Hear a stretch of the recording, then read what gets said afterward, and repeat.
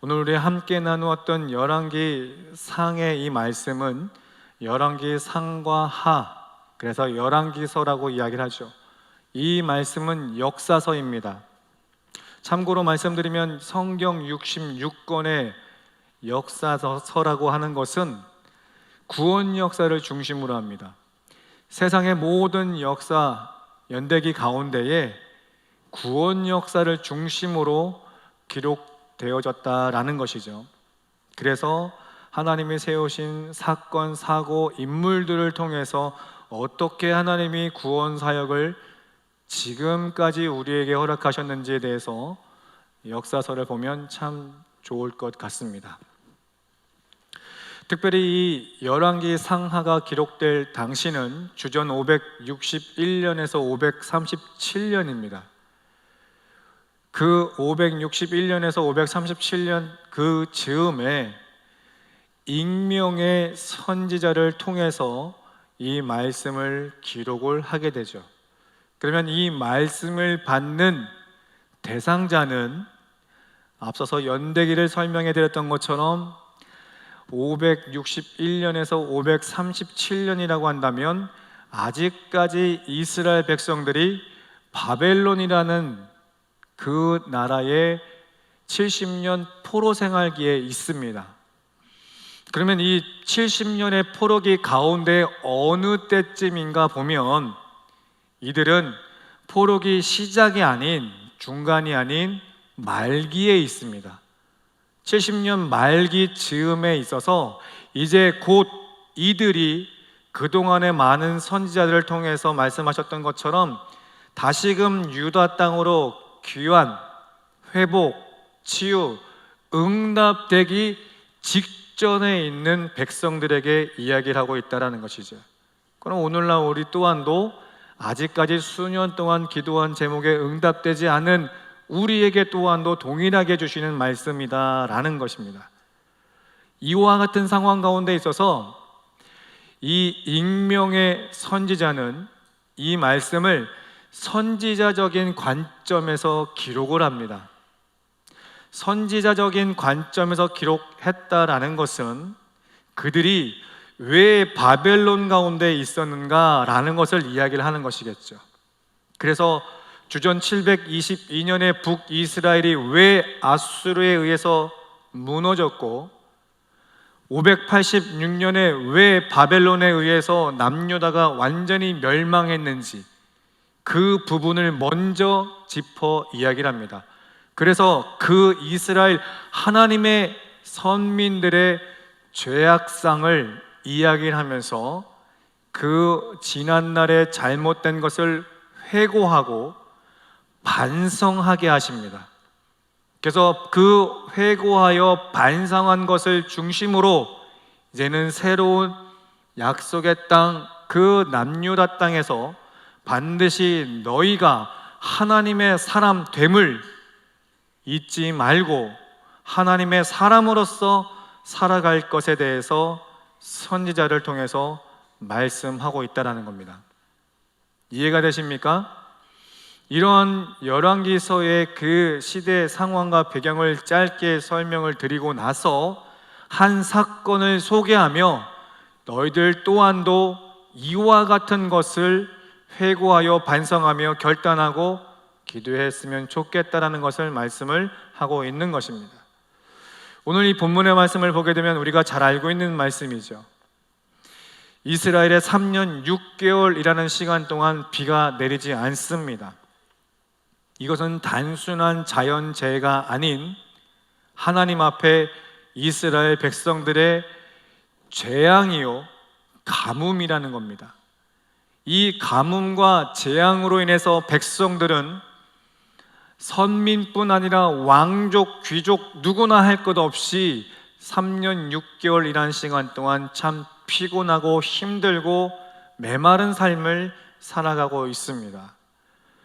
그러한 삶을 살아가는 데 있어서 우리는 그동안 이제 중보자 되는 선지자 엘리야처럼 하나님 앞에 끝까지 기도에 전념하고 응답하시기까지 우리가 계속적으로 하나님을 의지하여 기도한다면 그 하나님은 반드시 우리의 기도를 들으시고 3년 6개월의 그 재앙과 가뭄에서 벗어나 큰 비를 내려주실 것이다 라고 우리는 지금까지 본문의 말씀을 들어왔습니다.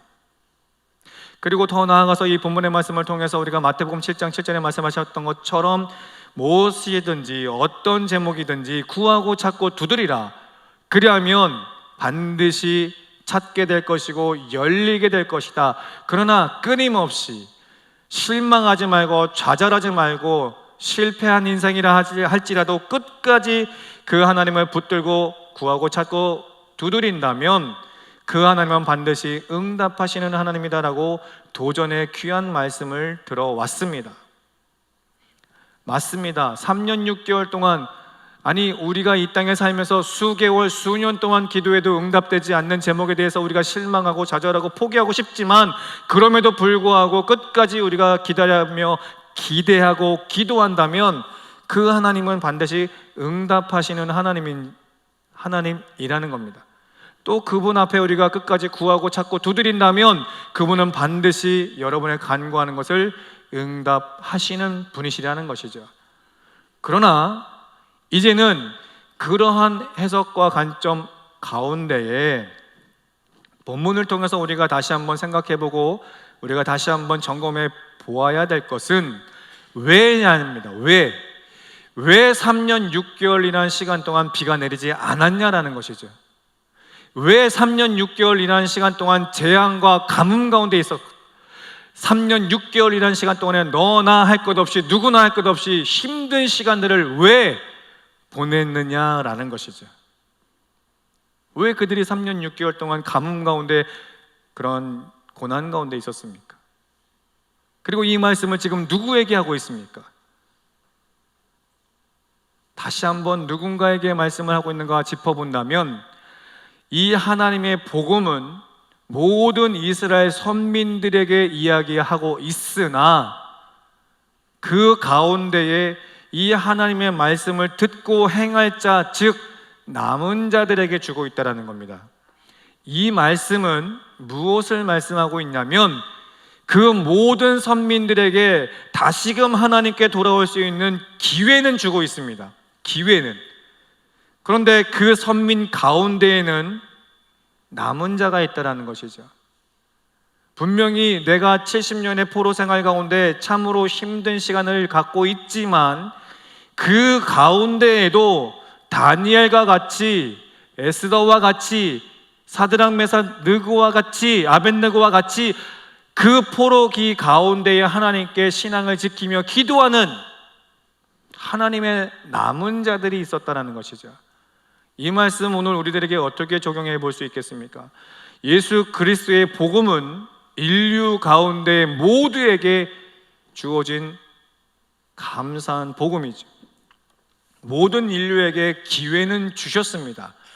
그러나 이 말씀을 듣고 지켜 행하여 구원에 이르는 것들은 이것은 끝까지 그 신앙을 지키겠노라. 일주일의 삶이 피곤하고 힘이 들고 지치지만 그럼에도 불구하고 내가 그 신앙 아래 하나님께 나와 예배하겠노라고 고백하는 여러분과 같은 남은 자들에게 주시는 도전의 말씀이다라는 것이죠.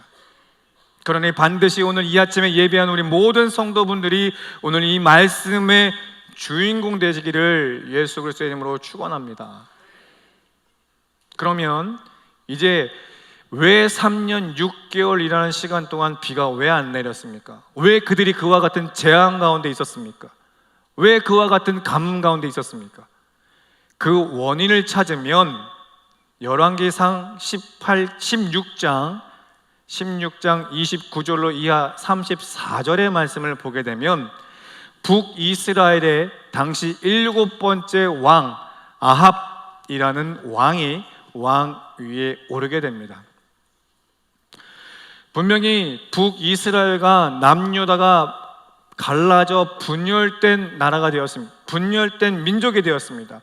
그러나 우리가 잘 알고 있는 것처럼 남유다 백성들도 북이스라엘 백성들도 하나님의 백성들입니다. 북이스라엘의 19대 왕조 또한도 하나님의 사람들이고 남유다의 20대 왕조들 또한도 하나님의 사람이라는 거죠. 하나님의 사람이요 하나님의 왕이라고 한다면 우리가 어떤 삶을 살아야 된다고 이해를 하고 있습니까? 하나님의 사람다운 삶을 살아야 된다는 것이요, 그 하나님의 사람다운 삶을 살기 위해서는 하나님의 말씀에 듣고 지켜 행한다라는 것은 우리는 기본적으로 잘 알고 있죠. 그러나 그 아합은 내가 하나님의 사람이요 하나님이 세우신 왕이라고 한다면 당연지사 하나님의 말씀을 지켜 행하는 왕으로서의 사역을 했어야 된다는 겁니다. 그런데 열왕기상 16장의 말씀은 어떤 것을 소개하고 있습니까? 당시의 시돈 사람 제사장의 딸이 되는 이세벨을 아내로 삼았다라고 이야기합니다. 지금 그 말씀에 소개되고 있는 이 시돈 사람, 그 이세벨의 아버지는 어떤 역할을 하는 사람인고 하니 바알 선지자라는 겁니다. 그 우상의 선지자라는 것이죠. 이 말씀은 단순히 내가 바알을 믿는 사람이야, 단순하게 나는 바알을 믿는 사람이야 라는 것을 이야기하는 것이 아니라 그 바알 앞에 제사를 드리는 집례자의 역할을 하는 사람이다라는 거예요. 쉽게 말씀드리면 여러분은 예배드리는 성도이지만 저는 그 예배를 집례하는 목사라는 것이죠. 이처럼 이 아합 왕이 아내로 맞은 이세벨 아버지의 그 사역은 우상을 숭배할 뿐 아니라 우상을 예배하는 집례자의 위치에 있는 사람이다라는 거예요. 그러니 그의 딸이 이세벨이 어떠한 신앙을 가지고 있었겠습니까? 당연히 바알을 섬기는 사람이었다라는 것이죠. 당시 고대 민족을 보게 되면 아내의 그 신앙, 아내가 믿고 있는 그 믿음을 따를 수밖에 없는 것이 현실입니다. 그로 인해서 아합 왕은 하나님의 사람임에도 불구하고 이세벨이 믿고 있는 바알을 들여왔고 신전을 만들며 그곳에서 예배를 드리기 시작합니다. 그런데 이 아합만, 당신만 예배드리는 것이 아니라 모든 하나님의 사람들로 하여금 바알이 참 신인 것처럼 소개하며 그 앞에 예배하도록 하게 했다는 것이죠. 또한 아세라 목상을 세웁니다. 눈에 보이는 신전을 만들어냅니다. 이것이 신이다라는 것이죠. 우리를 애굽에서 인도해낸 신이다라는 것이죠. 그리고 1월 성신을 만들어 계속적으로 우상을 섬기는 것을 열왕기상 16장에서 소개를 하고 있다는 겁니다. 그렇게 아합 왕이 하나님 앞에 죄를 범하니 열왕기상 17장 1절에는 이렇게 말씀합니다. 띄워주시겠습니까? 열왕기상 17장 1절 우리 다 같이 합독합니다. 시작.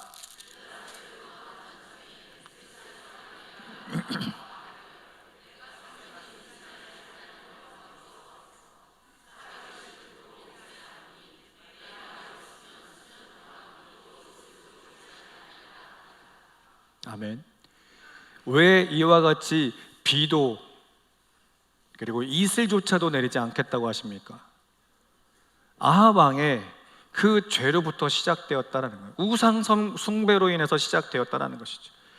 그래서 17장 1절의 중하반부에 말씀하시기를 하나님 여호와께서 살아계심을 두고 맹세하노니 내 말이 없으면이라고 하죠. 이 내 말이 없으면이라고 하는 건 엘리야의 이야기가 없으면이 아니에요.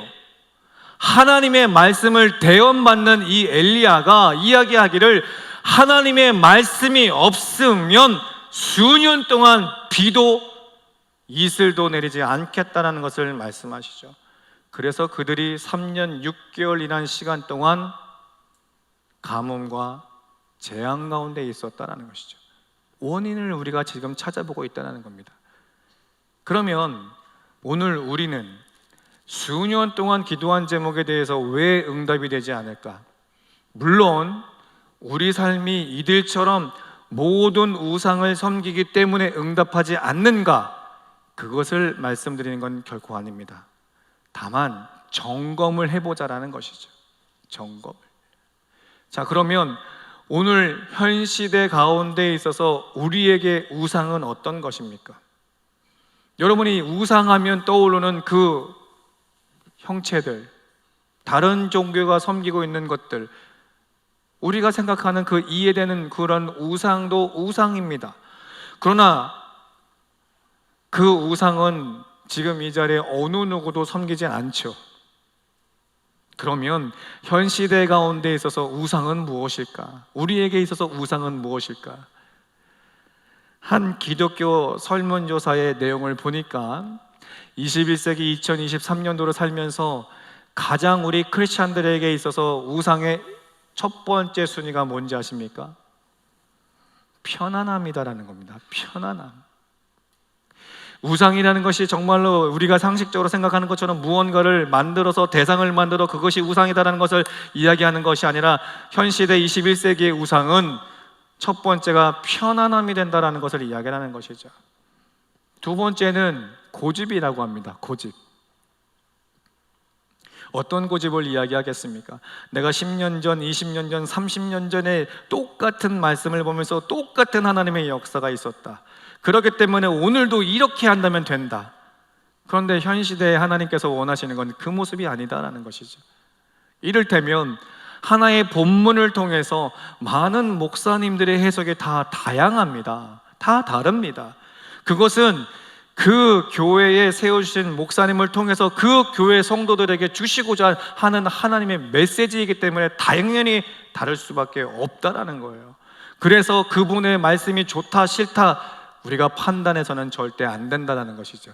이처럼 우리가 10년, 20년, 30년, 40년의 신앙생활을 해오면서 그날에 만났던 그 하나님을 아직까지도 내가 고집하고 있으니 이것이 하나의 우상이 될 수 있다는 것을 이야기를 하고 있다는 겁니다. 또 편안함이다라는 것, 정말로 얼마나 스마트한 세상을 살고 있습니까?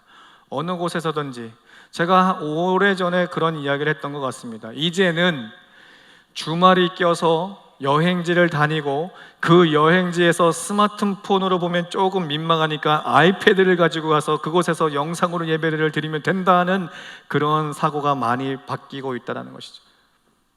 만약에 그렇게 예배를 드릴 때 내가 거룩한 주의 날 하나님께 나와서 예배하는 그 자세, 그 마음으로 드리신다면 글쎄 하나님은 받으실 수도 있겠습니다.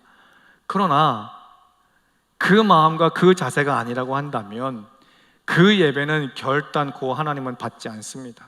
결단코 받지 않습니다. 이 부분에 있어서 우리가 현 시대를 살면서 우리에게 있어서 우상은 무엇인가?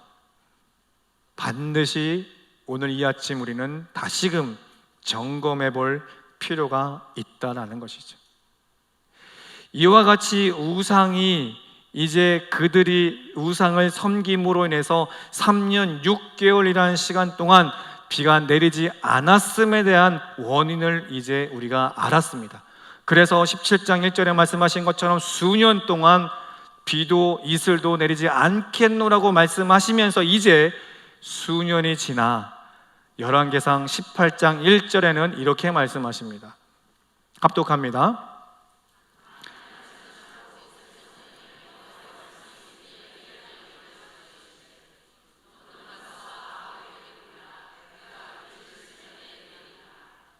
따라해 보시겠습니까?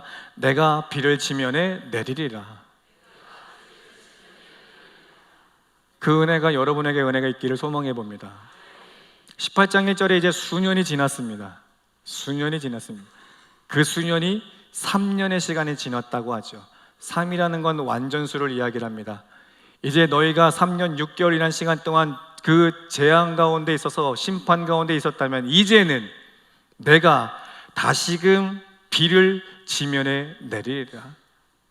17장에 비도 이슬도 내리지 않겠다고 하신 하나님, 그리고 18장에 비를 내리겠다고 하신 하나님, 이 17장과 18장의 각각 1절의 말씀을 통해서 우리가 보아야 될 것은 비를 멈추게 하는 것도 비를 내리게 하는 것도 하나님의 절대 주권이라는 겁니다.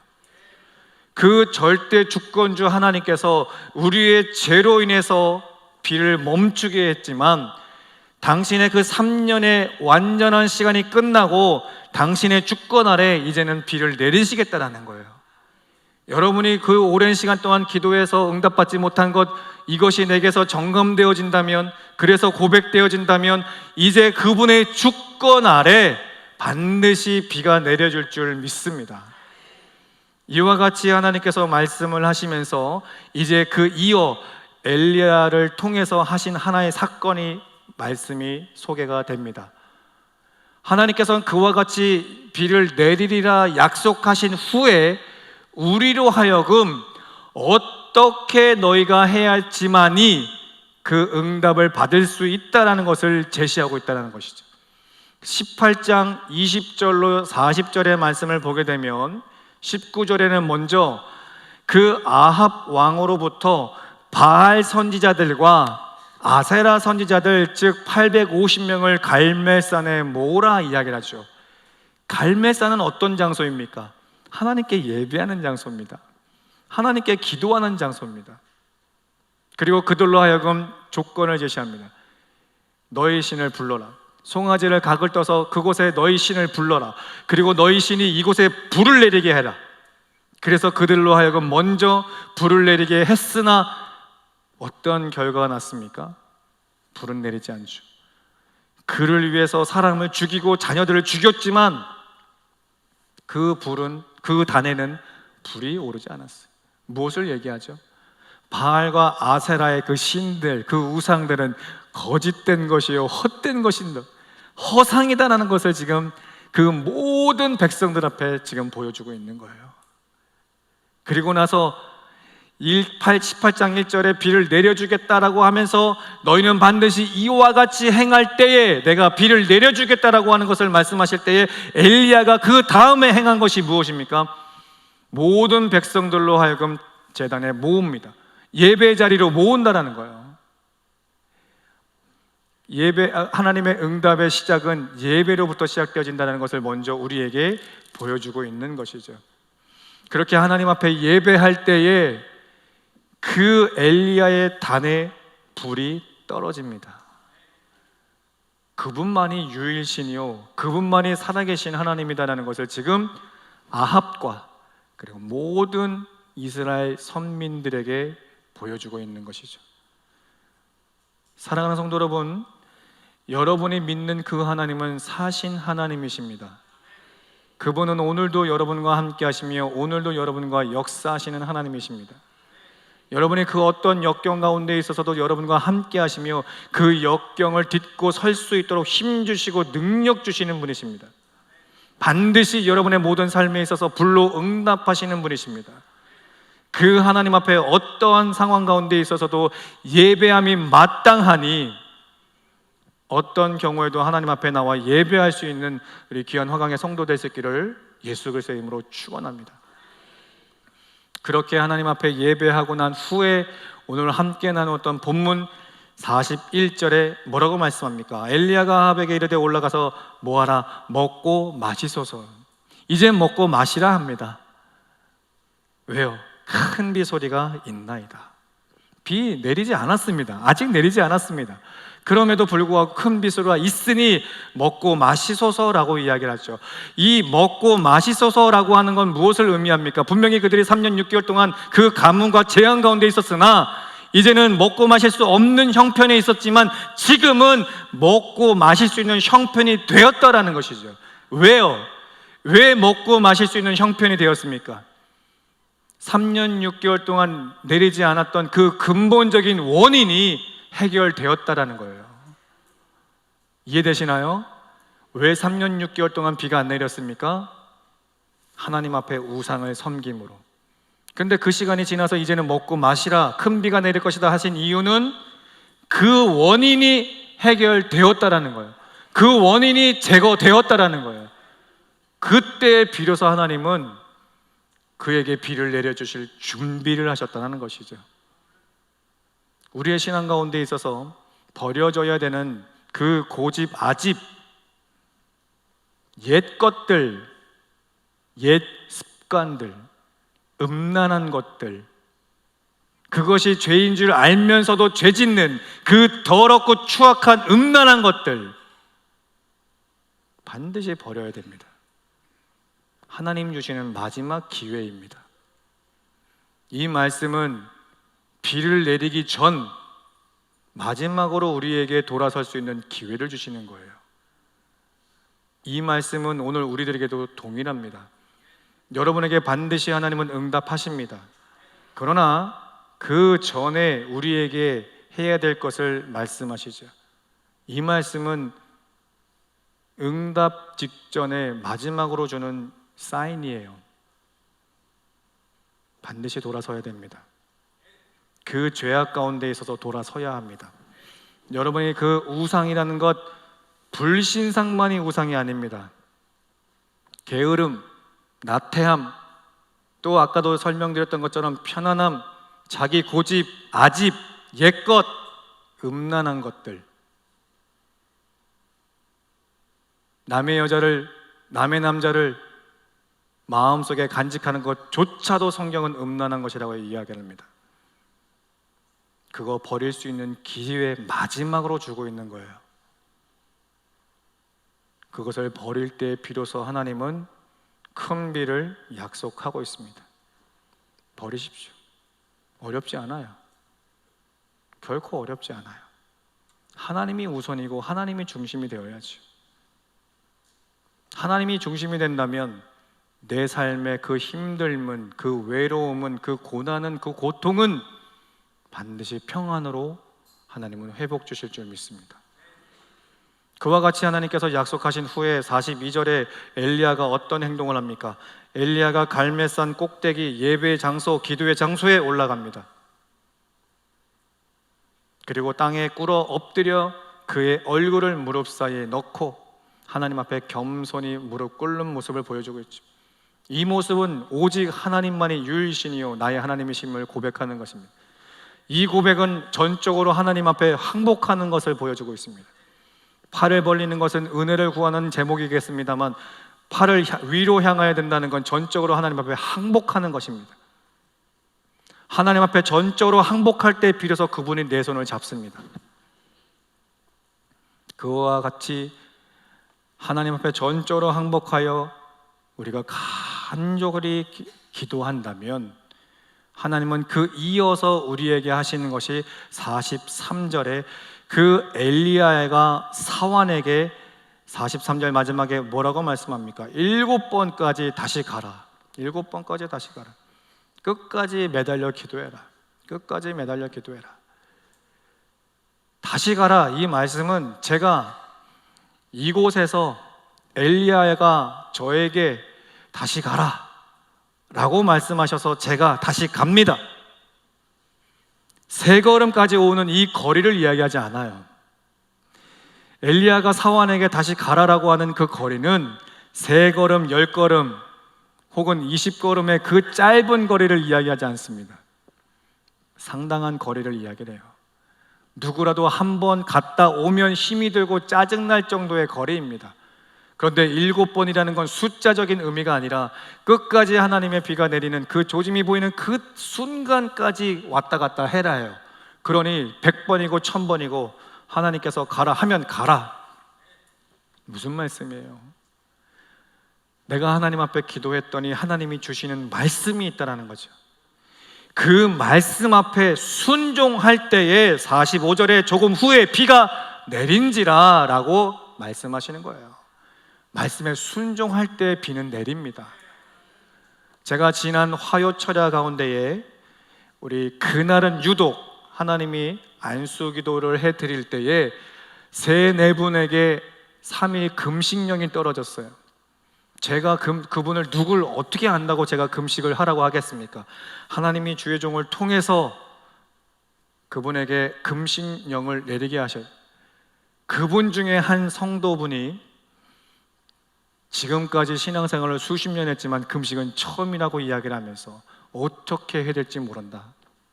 자세하게 이렇게 하십시오라고 설명해 드리고 그분이 오늘 1부 예배 마치고 저에게 왔어요. 오셔서 그 3일 금식 사실은 처음 했지만 그 금식 시작하는 그 날로부터 풀리기 시작했어요. 목사님, 물질이 풀리기 시작했고요, 우리 자녀의 신앙이 회복되기 시작했고요, 이제 앞으로 내가 간구하는 제목에 대해서 기대가 되고 희망이 되었습니다. 이제 그 하나님이 사신 하나님으로 내 가정에 또 내가 소망이 되었습니다 라는 간증을 이야기를 해 주셨어요. 분명히 하나님 앞에 나와 예배하며 기도하는 자에게는 이와 같은 역사는 일어납니다. 왜요? 그분은 바알 선지자, 아세라 선지자가 믿고 있는 거짓된 신이 아니기 때문이죠.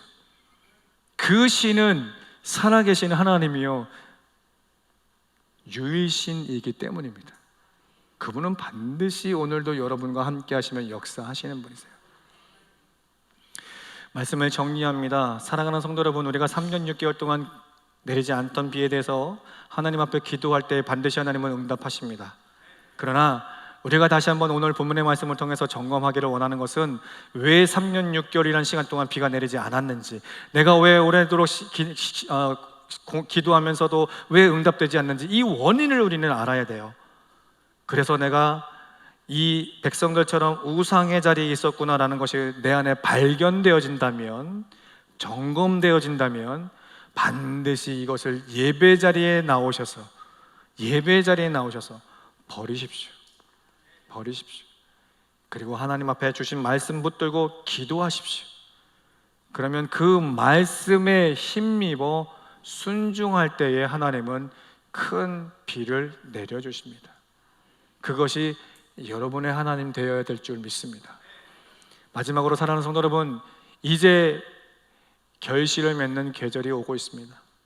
오늘 이 본문의 말씀을 이제 내가 알았으니 내가 다시 한번 점검하고 결단해서 하나님의 참된 예배자 되고 그 주시는 말씀 붙들고 순종하여 나아갈 때에 지금까지 해결되지 않았고 지금까지 응답되지 않았던 모든 제목들이 응답될 수 있는 우리 화강의 귀한 성도 되기를 소망하고, 응답받는 것으로 끝나는 것이 아니라 이제는 이 혼탁한 세상 가운데 있어서 여러분들이 하나님의 참된 증인의 삶을 살아갈 수 있는 성숙한 우리 화강의 성도 될 수 있기를 예수 그리스도의 이름으로 축복합니다.